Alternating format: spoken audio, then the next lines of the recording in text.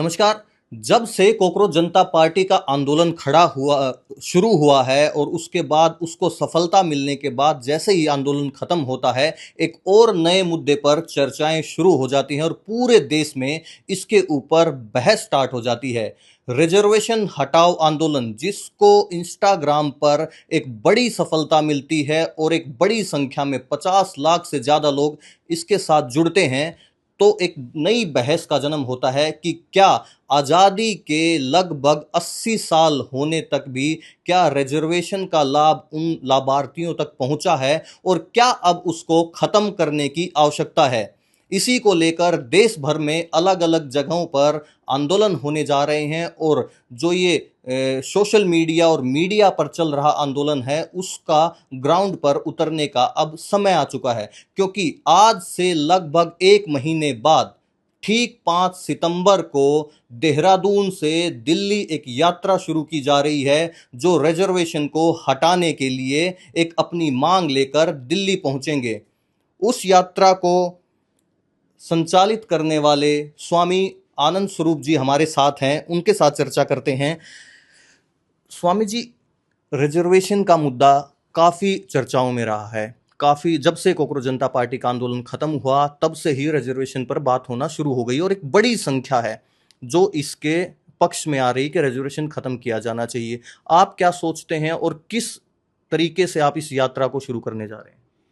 नहीं, ये आंदोलन तो 1952 से चल रहा है, बल्कि 1951 से चल रहा है और पहले जाएंगे तो 1921 से चल रहा है। जब 1921 में ब्राह्मण रिजर्वेशन एक्ट आया, ब्राह्मणों का कोटा फिक्स किया गया कि अब इससे ज़्यादा ब्राह्मण नहीं लिए जाएंगे। 1951 में कोर्ट ने चंपकम दुर्रई राजन बनाम भारत सरकार के मामले में उसको असंवैधानिक करार दिया कि संविधान हमने अंगीकृत कर लिया है, अब इसमें धर्म, मूल, वंश, जात के आधार पर हम विभिन्नता नहीं कर सकते, इसलिए यह जो कोटा सिस्टम है वो असंवैधानिक है। फिर उसके बाद आंदोलन हुआ और 1951 में प्रथम संविधान संशोधन से आरक्षण आया नौकरी में और इसमें शिक्षा पॉलिटिक्स में था, चूंकि वो पुनः पैक्ट के आधार पे था और 10 वर्ष के लिए था केवल। लेकिन विडंबना यह है कि अब वोट बैंक की राजनीति है। वोट बैंक की राजनीति, आरक्षण उसमें फिट बैठता है, इसलिए आरक्षण दो और वोट लो, फ्री वाइफ्स दो, वोट लो। जैसे अभी दिया जा रहा है राशन, दुनिया के किसी इतिहास में दुनिया के किसी भी देश में फ्री वाइफ्स नहीं दिए जाते हैं वोट के लिए। यहाँ 10,000 रुपये में बिहार में वोट खरीदा गया, राशन पे वोट खरीदा जा रहा है। 80 करोड़ लोगों को राशन फ्री दिया जा रहा है। टैक्स देने वाले लोग केवल 25% वही सवर्ण कास्ट है जो टैक्स दे रही है और उसके टैक्स से पूरी भारत पल रहा है और शोषण भी उन्हीं का हो रहा है। तो कभी भी जब आपने संविधान अंगीकृत कर लिया तो राजा के समक्ष, भगवान के समक्ष और शिक्षक के समक्ष उसका विद्यार्थी, उसकी प्रजा और उसका भक्त एक ही होता है, उसमें कोई विभिन्नता नहीं होती। हमारा राजा संविधान है, संविधान इसीलिए संविधान उसका नाम है जो सबके लिए समान विधान बनाए। तो आखिर आरक्षण क्यों? 500 नंबर वाला घास छिले और 100 नंबर वाला आईएएस बने, ऐसा क्यों? 450 नंबर वाला घास छिले और -40 नंबर वाला एमबीबीएस बने, ऐसा क्यों? ऐसा तो इसलिए है ना कि क्योंकि ये तर्क दिया जाता है कि जो लेवल प्लेइंग फील्ड आपके लिए है, जो स्वर्णों के लिए लेवल प्लेइंग है, एक गरीब का बच्चा, उसको पढ़ने की उतनी आज़ादी नहीं मिली, उसको उतनी सुविधाएं नहीं मिली जितनी एक स्वर्ण को मिली हैं, उतनी गरीबों को नहीं मिली, दलित को नहीं मिली, इसीलिए उनको आरक्षण देकर ऊपर उठाने का काम किया। गरीब बोलो ना, दलित क्यों बोल रहे हो? दलित कौन है? कौन है दलित? चंद्रशेखर रावण दलित है? अंबेडकर दलित था? कौन है दलित? कोई दलित, अंबेडकर का फोटो आज तक कोई टाई के अलावा, सूट के अलावा था है नहीं। हमारे देश के लोग जब धोती पहनते थे तो अंबेडकर का सारा फोटो, कोई बचपन से लेकर के बड़े होने तक सब टाई और कोट पैंट में है। तो कोई दलित शब्द नहीं है। दलित शब्द एक गाली है जो देना नहीं चाहिए किसी को। हमारे सब शिल्पी हैं, वो काश्तकार हो, लोहार हो, चमार हो, चर्मकार हो, जो भी हो, वो सब हमारे शिल्पी हैं, हमारे बंधु हैं और सभी उनका रोजगार है और अब सबको रोजगार है। अभी जो आप कह रहे हैं कि गरीबी आरक्षण गरीबी उन्मूलन कार्यक्रम है, बिल्कुल नहीं। यह पंजीरी नहीं है कि सबको बटेगी। सिस्टम में योग्य व्यक्ति आना चाहिए। मैं ये जानता हूं कि सिस्टम में योग्य व्यक्ति आना चाहिए। अगर आप कंपटीशन रख रहे हैं तो योग्य व्यक्ति का चयन करिए। आप आरक्षण के नाम पर किसी व्यक्ति के दौड़ते हुए घोड़े के पैर में बेड़ियां डाल दीजिए और एक मरे हुए घोड़े को बैसाखी लाद करके धीरे धीरे ले चलिए। तो ये कहाँ का न्याय है? यह अन्याय है, अमानवीयता है और एक कलंक है।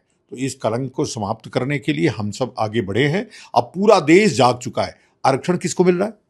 3%, 3 जातियों को, दलितों के 3 ही जातियों को आरक्षण मिल रहा है। जो पिछड़े कहे जा रहे हैं 8 लाख के बाद तो क्रिमिनल लेयर में आ जाते हैं। तो जितने 8 लाख से आज किसकी आमदनी 8 लाख नहीं है? पैन कार्ड है सबके पास, बैंक में अगर के 8 लाख आया आपका सर्टिफिकेट नहीं बनेगा। जबरदस्ती तुम पिछड़े बने हुए अगड़े आदमी पिछड़ा जबरदस्ती मुहर लगाए हुए केवल चुनाव की राजनीति के लिए, जबकि वो वास्तव में है भी नहीं, उसको आरक्षण भी नहीं मिल रहा है। पर जो जातियां जो बिल्कुल चरमराई हालत में थी उनको फिर कैसे उठाए? उनको उठाने के लिए तो रिजर्वेशन आया था। कौन उठा भैया? कोई 76 वर्षों में तो उठा दिखा नहीं। चंद्रशेखर रावण दिखा अम्बेडकर की तरह, जैसे अम्बेडकर तो तब भी उठे थे, 40 में मंत्री थे वो। आप सोचो 1940 में भारत सरकार के मंत्री थे, श्रम मंत्री थे। 1927 में उनका इतना बड़ा कद था कि साइमन कमीशन का विरोध कर रहे थे, साइमन कमीशन के साथ खड़े थे। तो ये सोचिए, ये सब कहने की एक नैरेटिव है, झूठ है, फरेब है। ये ठीक वैसे ही है जैसे कुछ भी आप जैसे नैरेटिव सेट कर लो। आजकल एक नैरेटिव की पॉलिटिक्स है, वैसे ही नैरेटिव है गरीब है, गरीब है। कौन गरीब है? आजकल सर्वाधिक शोषण ब्राह्मणों का हो रहा है। चारों तरफ उनके जेनोसाइड हो रहे हैं, चारों तरफ उनकी राजनीतिक आलोचना हो रही है। उनको किस तरह से समाप्त किया जाए इस पे पॉलिसीज बन रही हैं। अभी पॉलिसी बनी यूजीसी एक्ट, पॉलिसी बनी SC/ST एक्ट। SC/ST एक्ट के 99% मामले फर्जी हैं, 99% मामले फर्जी हैं और उसमें अब जेल भी हो रही है। जुर्माने वापस जो लगते थे पैसे, वो पैसे वापस हो रहे हैं। तो यह जितने कानून काले हैं, ये सब काले कानून हम ये जो सवर्णों का आंदोलन है उसकी जब ज्वाला प्रज्वलित होगी, महाज्वाला बनेगी, उसी में सब जल करके राख हो जाएंगे। पर जितने भी अधिकारी हैं, चाहे जुडिशरी ले लो या आप एडमिनिस्ट्रेशन ले लो, चाहे आप चाहे विधानसभा सभाएं हों, राज्यसभा है, लोकसभा है, संसद की बात हम करें, हर जगह तो स्वर्णों का वर्चस्व है, सबसे ज्यादा स्वर्ण है। अभी जान लो आप, नौकरियों में अब केवल 20% स्वर्ण बचा है, केवल 20%। 80% संख्या पूरी तरह से आरक्षण के कारण दलितों पे हो गई। सिस्टम क्या कर रहा है? क्रैश हो रहा है, पुल गिर रहे हैं, डॉक्टर कैंची छोड़ रहा है पेटों में, IAS को बोलने नहीं आता है, 100 नंबर पा करके जाने वाले का क्या होगा? हम बस ये कह रहे हैं कि आप गरीबी उन्मूलन कार्यक्रम चलाओ, जितने दलित हैं, गरीब हैं, उनको खूब पैसा दे दो, पैसा दे करके उनको आगे बढ़ा दो, घर बनवा दो, गाड़ी दे दो, घोड़ा दे दो, सब दे दो। लेकिन इस सिस्टम को क्रैश मत करो जो उसको दुनिया से कंपटीशन करना है। हमको दुनिया से कंपटीशन कौन करेगा? अगर योग्य लोगों की टीम काम नहीं कर रही है तो वो भारत ऊपर कैसे आएगा? किस आधार पे ऊपर आएगा? ऐसे अयोग्य लोगों को लेकर के, जिनको बोलना नहीं आता, चलना नहीं आता। आज शिक्षक कैसा है? अब देखिए कई वीडियो जारी होती है, माला लिखना नहीं आता, मेला लिखते हैं वो लोग। अभी एक वो थी न्यूज एंकर, शिक्षा नहीं लिख पा रही थी, मुंह से बोल। कि जो एग्जीक्यूटिव में हैं, जो नीति निर्माता हैं, वो कम से कम योग्य होने चाहिए। देखिए पूरा सिस्टम योग्य होना चाहिए। पुलिस में भर्ती हो रही है, योग्य होना चाहिए। ऑफिसर भर्ती हो रहे हैं, उसमें योग्य होना चाहिए। योग्यता ही एकमात्र पैमाना है विकास का। हम भारत को विकसित होकर देखना चाहते हैं। आप सपना देख रहे हैं 2047 में विकसित होगा, कहाँ होगा? रेगुलर इंडेक्स में नीचे जा रहे हैं। जीवन में कभी इस आरक्षण के कारण यह देश विकसित देश नहीं हो सकता है। मैं विकसित देश बनाना चाहता हूं और इसके लिए युद्ध लड़ना पड़ेगा, तो हम युद्ध लड़ने के लिए तैयार हैं। आप सोचिए, हम हूणों से लड़े, शकों से लड़े, मुसलमानों से लड़े, मुगलों से लड़े, अंग्रेजों से लड़े, अब इनसे लड़ रहे हैं। तो लड़ना तो हमारा फितरत में, हम लड़ते रहेंगे। हम अब अंग्रेजों को भगाए, हम इनको भी, जो अनैतिक सरकारें चल रही हैं, जिसकी भी चलेगी, चाहे वो पक्ष की होगी चाहे विपक्षी होगी, कोई बोलने वाला नहीं है सवर्णों के पक्ष में। यह इस इतना बड़ा अन्याय हो रहा है, क्यों हो रहा है, किस लिए हो रहा है? आप सोचिए, SC/ST में वर्गीकरण नहीं है, लाभ कौन ले रहा है? मतंग लाभ ले रहा है क्या? वाल्मीकि लाभ ले रहा है क्या? खटीक लाभ ले रहा है क्या? सोनकर लाभ ले रहा है क्या? पासी लाभ ले रहा है क्या? नहीं लाभ ले रहा है। इसलिए कि ये जो 3% अगड़े दलित हैं, पूरे जो SC कास्ट का वो है कोटा है, पूरा यही खा रहे हैं। तो अगर उसमें चाहिए तो पहले वर्गीकरण करिए। उनका भी आंदोलन हम ही लड़ रहे हैं, हम उनकी भी लड़ाई लड़ रहे हैं। जो अति दलित है, अति पिछड़े हैं, पिछड़े का कौन खा रहा है? एक बिरादरी वही खा रही है, 2 बिरादरी वही खा रही है। जो बेचारे अति पिछड़े हैं, वो तो कुछ पा ही नहीं रहे। मतलब पिछड़ों में भी एक अगड़ा वर्ग निकल के आ गया है। वो तो सरकार ने ही कर दिया है, क्रीमी लेयर। 8 लाख से ज्यादा आमदनी का व्यक्ति अगड़ा है, वो पिछड़ा नहीं है, उसका सर्टिफिकेट नहीं बनेगा। ये सरकार का नियम है, क्रीमी लेयर बोलते हैं उसको। वही मांग मेरी पहले थी कि SC ST में भी लागू करिए। तो जो ये जो कहते हैं कि हम तो भाई हजारों साल से इनको दबाया गया है, तो अब 70-80 साल में कैसे उठेंगे? कौन दबाया? सब ये वही बोल रहा हूं ना, ये सब नैरेटिव है। किसी को किसी ने नहीं दबाया, हम सब एक साथ लड़ रहे थे। आप सोचिए, अंबेडकर जब पढ़ने 1881 में, एक दलित महिला जिसने PhD किया, जो आगे चल करके प्रोफेसर हुई, तीसरी दलित महिला, दो दलित महिलाएं संविधान सभा में डॉक्टरेट थी। जब अंबेडकर पैदा भी नहीं हुए थे तब उनकी PhD थी। ये सब नैरेटिव है, ये सब सोचिए मत। 1881 का जाकर के प्रेसिडेंसी कॉलेजों का रिकॉर्ड उठाइए, 60% उसमें दलित मिलेंगे पढ़ते हुए। क्या बात कर रहे हैं? ये सब फर्जी नैरेटिव है, बिना रिकॉर्ड, बिना डाटा, बिना उसके।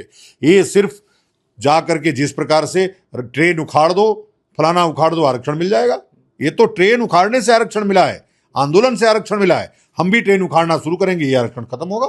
तो जब ट्रेन उखाड़ने से और मोदी जी को संसद से भगाने से ही ये सब खत्म होना है, तो हम भी उसी दिन से तैयार हैं कि अब हम ये तो कुछ नहीं किए, हम तो मारेंगे दौड़ा दौड़ा करके। इसलिए कि हम सवर्ण कास्ट हैं, हमने अंग्रेजों को दौड़ा दौड़ा के मारा है। हम इस हक की लड़ाई, इस अन्याय की लड़ाई मजबूती के साथ लड़ेंगे। उसमें जो जो भी रोड़े बनेंगे उनके सर फाड़े जाएंगे। तो ये जो दलित की जातियां हैं, इनको कैसे फिर उठाया जाएगा? माना कोई दलित नहीं है, कोई दलित नहीं है। दलित मतलब जिसका दलन हो रहा हो, वो तो दलित, वो तो दलन करने वाले हैं, सवर्णों का दलन कर रहे हैं, फर्जी SC ST एक्ट लगवा रहे हैं, धमकी देते हैं, एक कोई आरक्षण छो करके देख ले, आग लग जाएगी। चंद्रशेखर रावण की भाषा देखिए, उसकी भाषा दलित की है। ब्राह्मणों को सरेआम CO को गाली देता है, वो दलित है। तो यह जो नैरेटिव सेट करके फर्जी दलित बने हुए लोग हैं, इनको समाप्त करने के लिए, समतामूलक समाज बनाने के लिए, जो हमारे स्वतंत्र वीरों ने सपना देखा था, जो हमारे संविधान विशेषज्ञों ने, संविधान निर्माताओं ने देखा था, उस सपने को पूरा करना हमारा परम कर्तव्य है। और आचार्य चाणक्य ने कहा कि जब सत्ता अत्याचारी, अनाचारी और दुराचारी हो जाए, तो सन्यासी को सत्ता अपने हाथ में ले लेना चाहिए, आगे आना चाहिए। मैं इसलिए आज सड़कों पे हूं, दोबारा फिर सड़कों पे उतरने जा रहा हूं, इस आरक्षण के विरुद्ध, SC ST के विरुद्ध और UGC रोलबैक के विरुद्ध। ये UGC रोलबैक के लिए ये तीनों काले कानून जब तक समाप्त नहीं होंगे, तब तक चैन से नहीं बैठूंगा। 5 तारीख को, 5 सितंबर की आपने कॉल की, क्या करने वाले हैं? 5 सितंबर शिक्षक दिवस है। मैंने कहा था आपको कि शिक्षक के उसका समस्त विद्यार्थी एक ही होता है, उसके अंदर कोई भेदभाव नहीं होता।